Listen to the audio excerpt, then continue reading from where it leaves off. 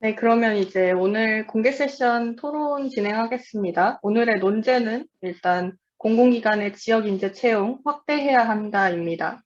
먼저 찬성 측 1번 토론자께서 3분 시작 발언해 주시면 됩니다. 네, 혹시 들리시나요? 공공기관 지역인재 채용제도 확대해야 한다. 찬성 측 입론을 맡은 이감 36기 황민혁입니다. 2018년부터 시행된 혁신도시법은 지역인재 의무 채용을 규정하고 있습니다. 저희 찬성 측은 의무 채용 비율 상향, 대상 공공기관 범위 확대 등을 통해 지역인재 의무 채용을 늘려야 한다고 주장합니다. 세 가지 논거 드리겠습니다. 첫째, 지역 불균형 해소. 현재 우리 공동체는 극단적인 수도권 집중 현상과 그로 인한 지역 소멸 문제를 마주하고 있습니다. 올해 발표된 감사원 보고서에 따르면 26년 후에는 모든 시, 군, 구가 소멸 위험 지역이 됩니다. 수도권 집중이 지방 소멸로, 지방 소멸이 국가 전체의 쇠퇴로 이어질 가능성이 확인된 겁니다. 지역 공동체의 존속 차원에서 청년층이 지역에서 일자리를 구하고 생활을 꾸리는 것은 매우 중요합니다. 하지만 돈과 사람이 몰려있는 서울은 전국의 청년들을 빨아들이는 블랙홀이 되고 있습니다. 우리 헌법 제122조에 따르면 국가는 국토의 효율적이고 균형 있는 이용을 위해 필요한 제한과 의무를 부과할 수 있습니다. 따라서 국가는 지역인재 채용제도 확대를 통해 청년들이 지역에 남을 구조적 유인을 제공해야 합니다. 둘째, 구조적 차별에 대한 시정조치. 우리 헌법이 추구하는 평등은 형식적 평등이 아니라 실질적 평등입니다. 따라서 기회 평등만으로는 실질적 평등을 달성하기 어려울 경우 국가의 개입에 의한 유리한 차별 대우가 정당화될 수 있습니다. 실제로 비수도권 지역 청년들은 기울어진 운동장에서 불리한 경쟁을 하고 있습니다. 2019년 기준 우리나라 100대 기업의 86%가 수도권에 위치하고 있었고 지역 내 총생산의 52%가 수도권에서 발생했습니다. 이렇게 경제적 기회가 집중된 수도권에 거주하지 않는 청년들은 수도권 청년과의 경쟁 과정에서 더 많은 비용을 지불할 수밖에 없습니다. 뿐만 아니라 지잡대라는 멸칭에서 드러나는 한국 사회의 관념적 편견 역시 지방인재의 가능성을 평가절하하는 차별적 구조의 일부라고 하겠습니다. 마지막 셋째, 입증된 실효성. 2018년 이전에는 지역인재 채용이 의무가 아니라 권고사항이었습니다. 이전 공공기관의 이전 지역 지역인재 채용률은 2015년 11.9%, 2016년 12.2%, 2017년 13.7%로 미미한 증가세를 보이고 있었습니다. 하지만 2018년 지역인재 채용이 의무화되면서 이 비율은 23.4%로 껑충 뛰었고 작년에는 28.6%를 기록했습니다. 5년 만에 이전 공공기관이 고용한 지역 청년 비율이 2배 넘게 증가한 겁니다. 마지막으로 강조하겠습니다. 저희 찬성 측은 지역인재 채용 제도를 확대함으로써 지역 소멸과 구조적 차별에 대응해야 한다고 주장하는 바입니다. 이상 입론 마치겠습니다. 찬성 측 1번 토론자 황민혁이었습니다. 감사합니다. 네, 찬성 측 시작 발언 잘 들었고 이제 반대 측 1번 토론자의 시작 발언 듣겠습니다. 네, 잘 들리시나요? 네, 반대측 입론 시작하겠습니다. 입론을 시작하기 전 반대측의 입장에 대해 말씀드리겠습니다. 반대측은 혁신도시법에 따른 지역인재 채용의 취지에 공감하고 있으며 수도권과 지방의 불균형 또한 해결되어야 할 문제임에는 동의합니다. 하지만 이와 같은 문제를 지역인재 채용 확대를 통해 해결하는 것은 비합리적인 방안이라고 생각합니다. 공공기관 지역인재 채용 확대를 반대하는 이유는 다음과 같습니다. 첫째, 실효성에 의심받는 정책의 영향력을 확대하는 것은 부적절합니다. 국토교통부의 자료에 따르면 전국의 신규 채용 인원 대비 지역인재 채용 비율은 2018년 14.0%, 2019년 15.4%입니다. 시, 도 단위로 봐도 전체 신규 채용 인원 대비 지역인재 채용 비율이 20%를 넘기는 곳은 2018년과 2019년 모두 부산, 경북, 대구 세 곳뿐이었습니다. 즉, 현재 공공기관은 2019년 기준 지역인재 의무 채용 법정 비율인 21%를 채우는 것도 쉽지 않은 상황입니다.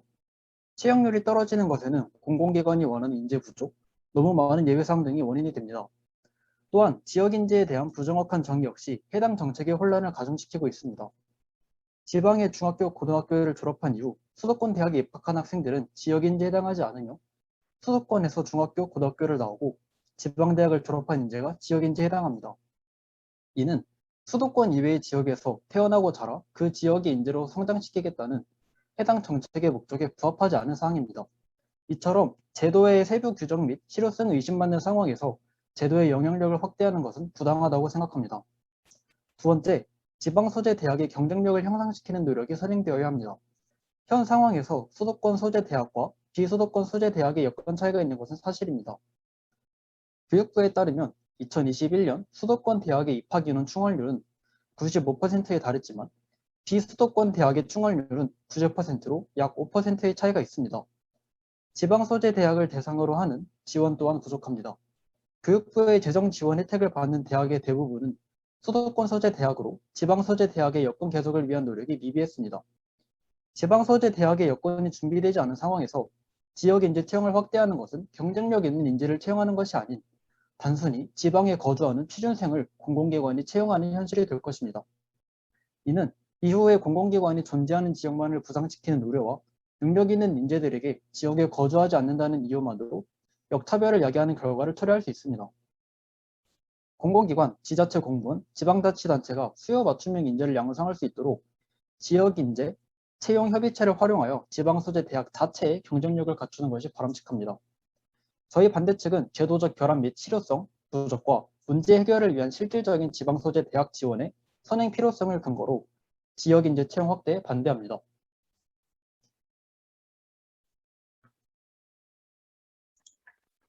네, 반대측 시작 발언 잘 들었습니다. 이제 본격적으로 자유 토론에 돌입하겠습니다.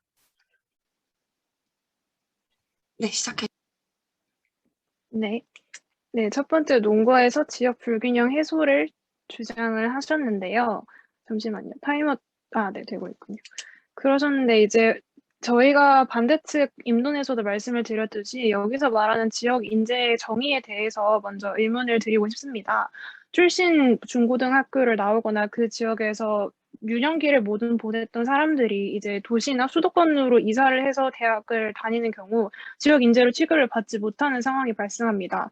아이러니하게 거주지는 서울이지만 졸업 대학이 이제 지역이라는 이유만으로 지역 인재로 취급을 받고 있는 현실인데 과연 이 정의가 지금 지역 불균형 해소라는 목적에 부합하다고 생각을 하십니까? 네, 제가 먼저 질문에 대해서 간단하게 답변 드리고 저희 측 첨언 이어가겠습니다.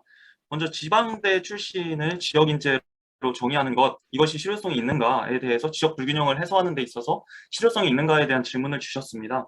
근데 저희가 일단 두 가지 차원이 있을 것 같은데요. 지역 불균형을 해소한다는 차원에서 반드시 동반되어야 하는 것이 현재 미달로 그러니까 사라질 위기에 처해진 지방대를 활성화하는 일입니다. 실제로 올해 입시에서 지방 거점 국립대라는 지방에 있는 대학 중에 가장 좋은 대학교 9곳 중에서 8곳이 미달 사태를 경험했죠.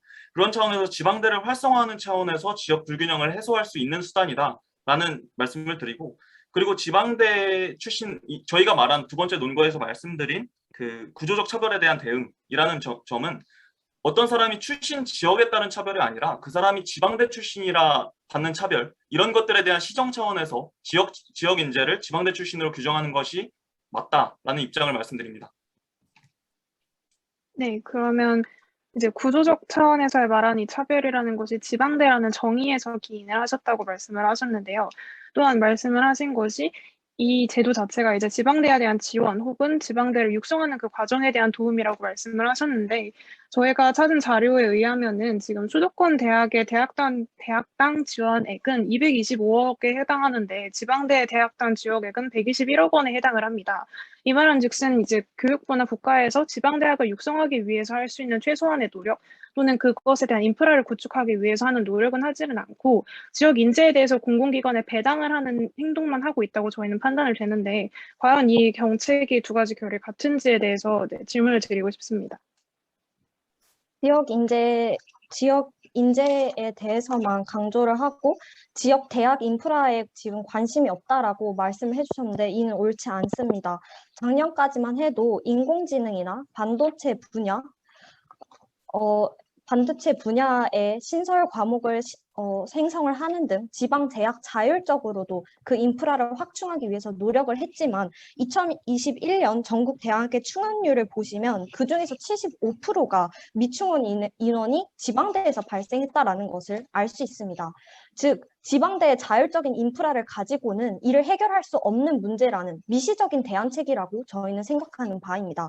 오히려 이 거대적인 인서울이라는 인지와 함께 지방대학의 소실을 없애기 위해서는 지방 인재를 지방에서 활용을 하고 지방의 인프라와 지방의 인지도를 순환적으로 끌어올려야 하는데 그런 대안책으로 지방대 자율적인 책임을 물을 뿐 지방 불균형의 문제는 해결할 수 없는 것이 아닐까요? 네, 첨언하겠습니다.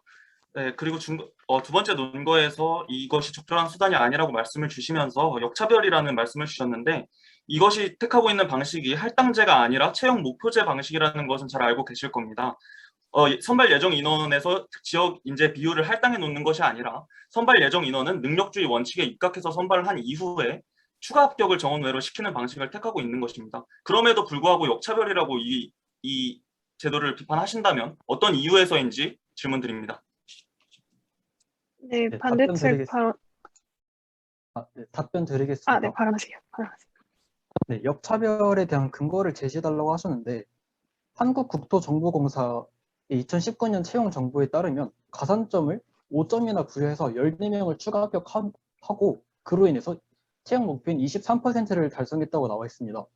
또 국민연금공단은 14.9%라는 목표를 달성했는데 이것은 249명 중 37명이 지역인재로 채용됨을 뜻합니다. 이 중 26명은 3점이라는 가산점을 받았기 때문에 합격할 수 있었습니다. 이와 같이 3점 또는 5점 이런 가산점을 받는 것이 역차별이 아니라고 할 수 있을까요? 네, 답변 드리겠습니다. 지금 논제에서 조금 벗어난 말씀을 주신 것 같아서 시정을 하면 이것이 지역 인재 채용을 우대하는 제도가 세 가지가 있는데 할당제, 그리고 말씀해 주신 가점제, 저희가 지금 얘기하고 있는 채용 목표제 세 가지가 있습니다. 그걸 지금 혼용하고 있기 때문에 가산점을 주는 문제와 이 문제는 별개 문제고 이 제도가 추구하는 바는 가산점을 주는 방식이 아니라 원래 있는 합격 기준, 평가 기준대로 평가를 한 이후에 그 결과에 대해서 보정하는 차원에서 추가 합격을 시키는 방식입니다. 네, 그리고 능력주의의 차원에서도 이것이 역차별이라고 역차별의 가치를 심각하게 훼손하는 가에 대해서 동의하기 어려운 것이 기관에서 정한 합격 최저선을 넘지 못한 지원자인 경우에 의무 채용률을 채우지 못하더라도 합격시키지 못하게 되어 있습니다. 네, 그리고 반대측에 질문 드리도록 하겠습니다. 수도권 대학을 다니지만 지방이 원래 고향이었던 인재에 대한 우려성에 대해서 제기를 해주셨는데요. 지금 김윤덕 의원의 학대 발의안을 보면 현재 수도권에서 대학을 다니고 있는 이러한 재학생의 형평성을 고려를 해서 2027년부터 제도를 시행할 수 있도록 명시를 하고 있습니다. 즉, 과도기적인 상황에서 일어날 수 있는 불편함은 단계적으로 시행을 함으로써 이러한 우려사항을 줄여나갈 수 있다는 것을 이야기하고 싶습니다. 오히려 수도권 대학을 다니고 있지만 지방이 고향인 이유로 이러한 인재들을 고려를 하면 오히려 수도권이 아닌 지역에서 그 지방 대학에 있는 인재들에 대해서는 어떠한 지금 불리한 경쟁을 하고 있는 상황에서 어떤 보장을 해줄 수 있을지 그것을 지금 무시하신 채 이야기를 하고 있는 것 같아서 그럼 지방 인재에게 어떠한 고려사항을 줄 수 있을지에 대해서 질문을 하고 싶습니다. 네, 바로 찬성측 반박하겠습니다. 우선 지방 인재에 대해서 국가가 어떤 배려를 하고 있는가에 대해서 질문을 하셨는데요. 공무원 채용의 경우에서 지방 인재 채용을 목표제와 추천제를 동시에 시행하고 있습니다. 이것은 앞선 토론자가 말씀하신 것처럼 정원 이상의, 즉 추가적인 모집을 통해서 지방 인재에게 추가적인 기회를 제공하고 있는 제도가 현재 실행이 되고 있다는 점입니다. 공무원 채용제도, 즉 5급 공무원 혹은 7급 공무원과 같이 어려운 고시시험을 통과해서 당락을 결정하기도 어려운 경우에 추가 채용 인원을 지금 증가해주는 제도를 이미 실행을 하고 있으며 이와 더불어 지금 국가가 주장하는 것이 공공기관에서마저도 이제 지역인재 채용 비율을 목표제로 이제 실시를 하겠다는 것인데 이것이 역차별이 되는 이유는 일단 기회를 제공한다는 것 점, 그리고 그 목표점을 달성하지 못하였다면 채용이 되지 않기 때문에 능력주의에 해당하지 않는다고 언급을 하셨는데요. 그렇기 때문에 이 제도의 실효성이 굉장히 의문이 받는 부분이라고 저희는 생각을 합니다.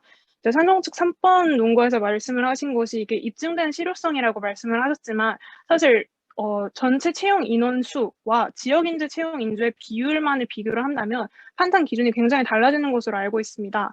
공공기관에서 그러니까 인재를 채용하는 그 비율과 그 비율 중에서 지역 인재가 차지하는 비율에 대한 비교는 엄밀히 따지자면 배경이 다른 상황에서 수치만을 비교하는 것이기 때문에 실효성에 대한 논의는 계속적으로 이루어져야 되는 부분이라고 저희는 생각을 합니다. 또한 앞서 이제 말씀을 해주셨던 것이 구조적 차별에 대해서 시정 조치를 하는데 이 구조적 차별이 지방 대학에서 기인을 한다고 하셨지만 이제 이영진 토론자님께서는 지방 인재에 대해서 어떻게 우리가 그들을 지역에서 활성화할 것인가에 대해서 언급을 하셨기 때문에 그 두 입장에서의 차이나 혹은 합의점에 대해서 언급을 해주시면 좋겠습니다. 네. 네, 먼저 실효성 문제에 대해서 저희가 말씀드린 차원은 지금 반대 측에서 인용하신 통계 같은 경우에는 이 제도에 해당이 안 되는 숫자를 분모로 놓고 분자에 채용된 숫자를 넣으니까 그렇게 작은 퍼센테이지가 나온 것이고, 이 제도에 해당하는 의무 채용 인원을 하면 저희가 말씀드린 것처럼 이 제도의 실효성, 그러니까 제도를 도입하기 이전에 비해서 지방대 출신 인재들이 그 지역에서 일자리를 구해서 삶을 영위하는 숫자, 그 비율의 숫자 자체가 높아졌다는 사실을 말씀드렸다는 점에 대해서 설명을 드리고요. 그리고 반대 측에서 두 번째 핵심 논거로 말씀하신 것 중에 지방대 경쟁력을 높이는 것이 먼저다, 선행되어야 한다라고 말씀하셨는데, 어떻게 보면 저희 입장에 대한 저희가 제시한 수단에 대한 대안으로 제시를 해주신 거죠. 그런데 과연 저희가 든 논거에 대해서 이 지방대 경쟁력 확보라는 게 적절한 대안이 될 수 있는가에 대해서 의문을 가집니다. 먼저 이 지방대 경쟁력이라고 하는 것의 핵심이 인프라 확충의 문제인가? 저는 동의하기 어렵습니다. 그러니까 수도권과 물리적으로 거리가 먼 것, 저는 이것이 핵심적인 것이라고 보고, 그리고 그것에 더해서 이 지방대 출신들이 겪는 구조적인 차별, 이것이 지방대의 인프라를 확충하고 거기에 재정적 지원을 하는 것으로 해결이 되는가, 이것에 대해서도 회의적인 입장이어서 이 문제에 대한 입장 설명 부탁드리겠습니다. 네, 반대 측에서 답변하도록 하겠습니다. 저희가 이제 지방대학에 대해서 인프라를 구축을 해야 된다, 또는 인재 양성에 대해서 좀 더 귀를 기울여야 된다라고 말했던 이유는 저희가 앞서 논거에서 말한 것처럼 실효성이 떨어지는 이유가 직결되어 있습니다. 현재 우리가 말하는 지역인재 채용 기준 혹은 그에 해당하는 인재들의 능력에 대한 평가를 할 때 이 실질적인 채용률이 감소한 이유가 무엇이냐면 그 기준에 부합하는 인재가 없기 때문입니다.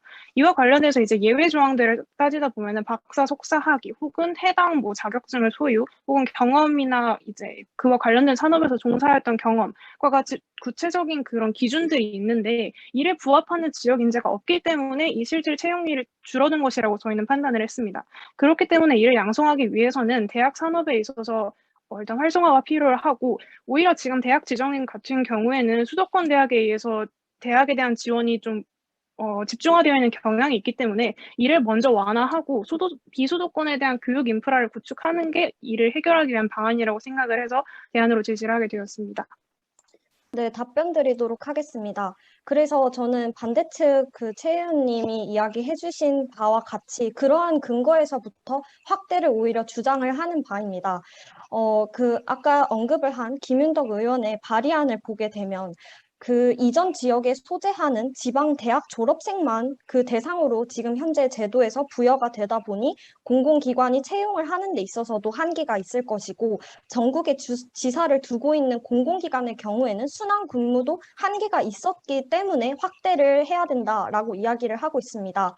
즉, 지역 인재 채용 제도가 지역 불균형을 해결할 수 있다라는 본질은 변하지 않고, 이외적으로 지금 현 제도에서 문제가 되고 있는 부분은 확대, 즉 범위를 넓힘으로써 이를 해결해 나갈 수 있다라는 것을 말씀드리고 싶습니다.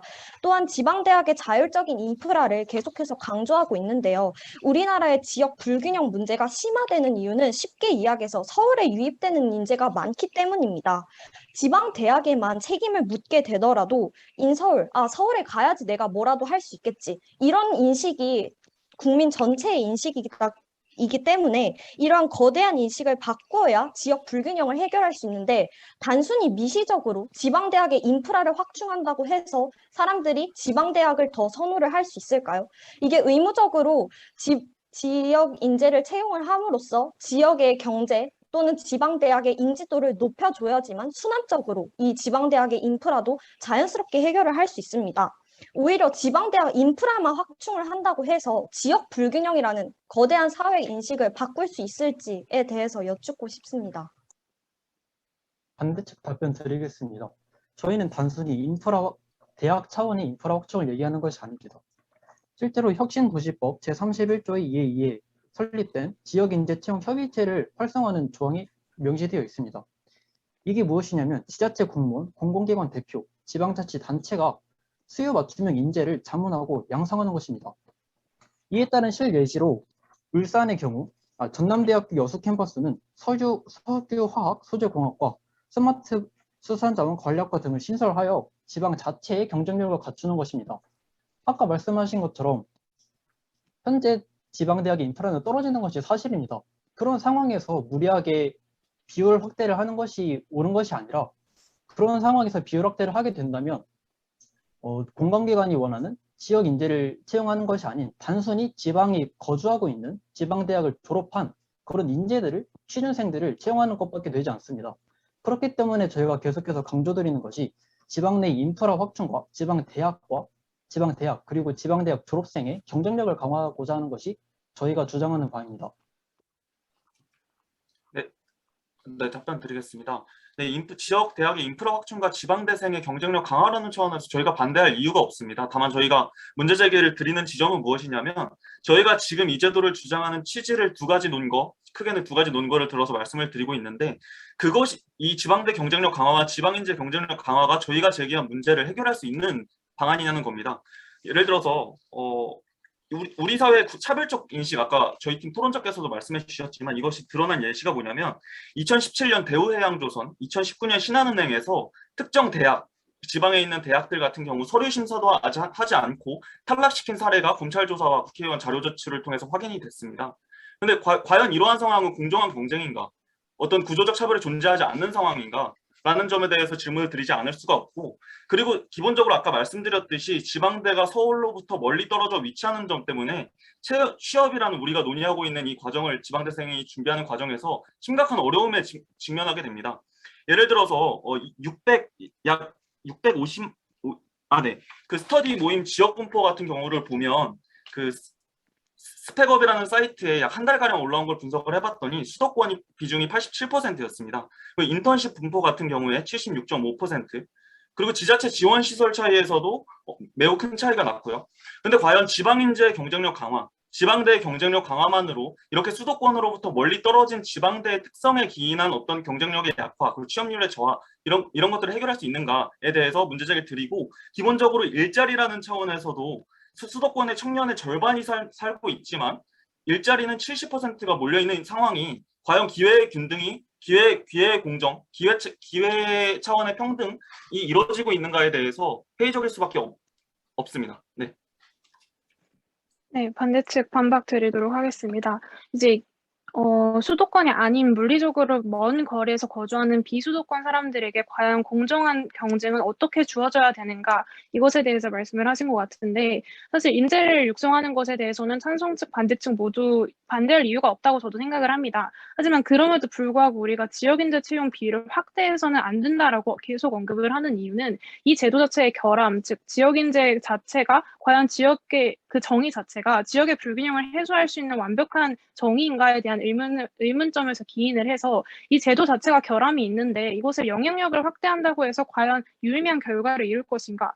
반대로 비수도권이 아닌 수도권에 거주하는 사람들에게 오히려 역차별을 야기하는 또 다른 부작용을 야기하는 것은 아닌가에 대해서 저희가 의문을 제기하는 것입니다. 저희가 이 제도를 확대하지 말아야 한다라고 하는 이유에서 근본적인 이유는 제도 자체의 결함도 있을 뿐더러 그 결함이 이제 영향력만 확대된다고 했을 때 나중에 어떠한 파급력을 가질 수 있는가에 대해서 저희가 질문을 드리는 것입니다. 일자리를 제공하는 주체가 정부가 된다는 것이 과연 이것의 지속성이 어느 정도 될 것인가에 대해서 저희는 의문을 제기하고 싶습니다.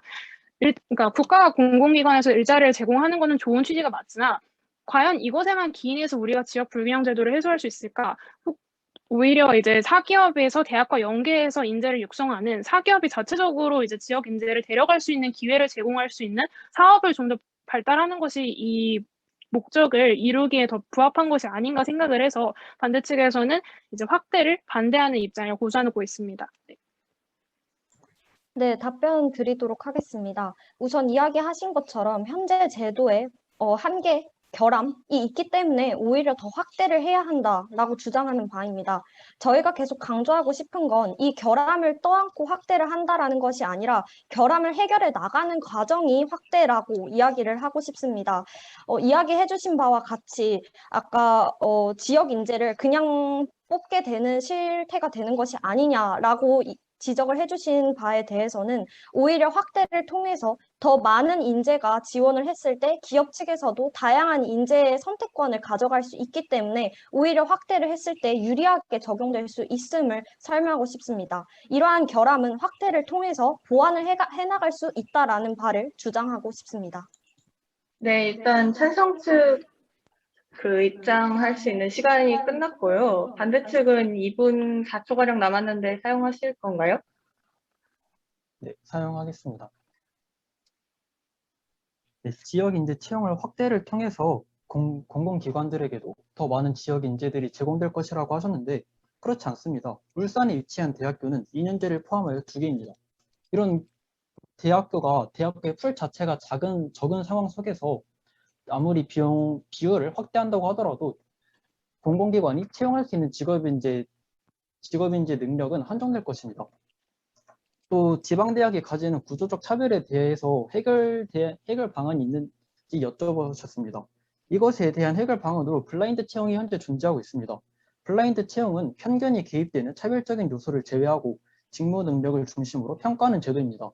이와 같은 제도를 적극 활용함과 동시에 지역인재 채용을 확대하는 것이 아닌 유지, 그리고 인프라 확충, 지역인재 경쟁력 강화 이런 것들을 적절히 활용하여야 한다는 것이 저희 반대 측의 입장입니다. 네, 첨언하도록 하겠습니다. 이제 확대를 해야 하는 이유가 이 제도의 영향력을 높이고 이를 통해서 좀 더 긍정적인 결과를 창출하기 위함이라고 말씀을 하셨는데 광역화라든가 공공기관에 대해서 그 범위를 확대를 하는 것이 우리가 생각하는 그런 순기능적인 요소만 발생을 하면 좋겠지만 지금 벌써 이제 경남과 울산 지역에서 광역화라는 제도를 실행을 한 거에 대해서 많은 찬반 감론을박의 이제 의견이 제시가 되고 있습니다. 이 말은 즉슨 공공기관이 있는 그 지역에 대한 서열화가 발생할 수도 있는 것이며 과연 그 공공기관 안에서 지역성을 배제하고 공공기관에서 인재를 채용할 수 있는가? 우리가 실제로 말하는 지역 인재라는 그 광역화라는 단위 안에 우리가 실질적으로 말하는 그 지역성이 과연 배제될 수 있는 거에 대한 실질적인 문제점 또한 제기가 된다고 생각을 합니다. 따라서 이제 결함이 있는 제도를 단순히 확대를 통해서 좀 더 큰 영향력을 보기보다는 제도적인 보완을 실시를 하는 것이 우선적이라고 저희는 판단합니다.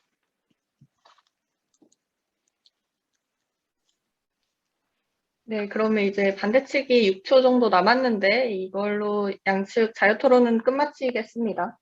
일단 마무리 발언은 반대 측 2번 토론자께서 해주시면 됩니다. 타이머가 준비되면 시작하겠습니다. 네, 시작해주세요. 네, 저희가 이제 이번 토론을 통해서 논의를 했던 것이 과연 지역 인재라는 정의가 지역 불균형을 해소하겠다는 이 제도의 취지에 부합할 수 있는가, 또는 이 정책을 확대하는 것이 우리가 원하는 결과물에 도달할 수 있는가에 대해서 크게 쟁점으로 나뉘어서 얘기가 됐다고 생각을 합니다.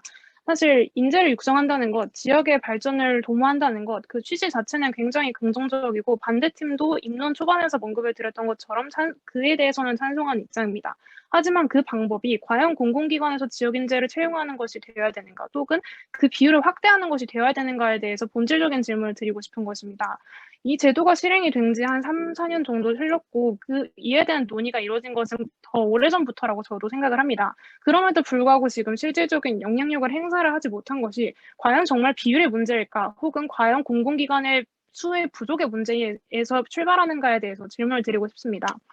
기준을 달성을 하지 못하는 인구가 있다는 것은 그에 대한 능력이 부족한 인재가 있다는 것인데 그 인재를 보충하기 위한 최소한의 노력도 하지 않은 상태에서 채용을 하겠다는 말만 앞세운다면 이런 오히려 부작용만 악화시킬 현상이라고 저는 생각을 합니다. 저희가 최소한의 노력을 하지 않았다고 언급을 드린 이유는 비수도권 대학에 대한 대학 지원이 과연 정부에서 우리가 생각하는 수도권에서 말하는 지역에 대한 지원보다 과연 월등하게 컸는가, 이 문제를 해결하기 위해서 본질적인 노력을 시도를 하고 채용 비율에 대해서 논의를 하고 있는가에 대해서 저희가 질문을 드리고 싶습니다. 이 문제를 해결을 하기 위해서는 그 인재를 육성하기 위한 지역 안에서의 인프라 구축에 보다 힘을 써야 되는 상황이고, 그것이 이 제도를 확대하면 안 되는 본질적이고 가장 기본적인 이유라고 저는 생각을 합니다. 최소한의 목표를 이루지 않은 상태에서 이렇게 큰 청년 취업난의 상황에서 채용 비율만 증가를 외치는 것이 과연 정당한가에 대해서 의문을 던지면서 내 토론을 마무리하도록 하겠습니다. 감사합니다. 네, 반대측 4초가량 남기셨고요. 그 다음에 이제 찬성측 2번 토론자의 마무리 발언 듣겠습니다. 네, 찬성 측 마무리 발언을 맡은 이감 35기 이영진입니다.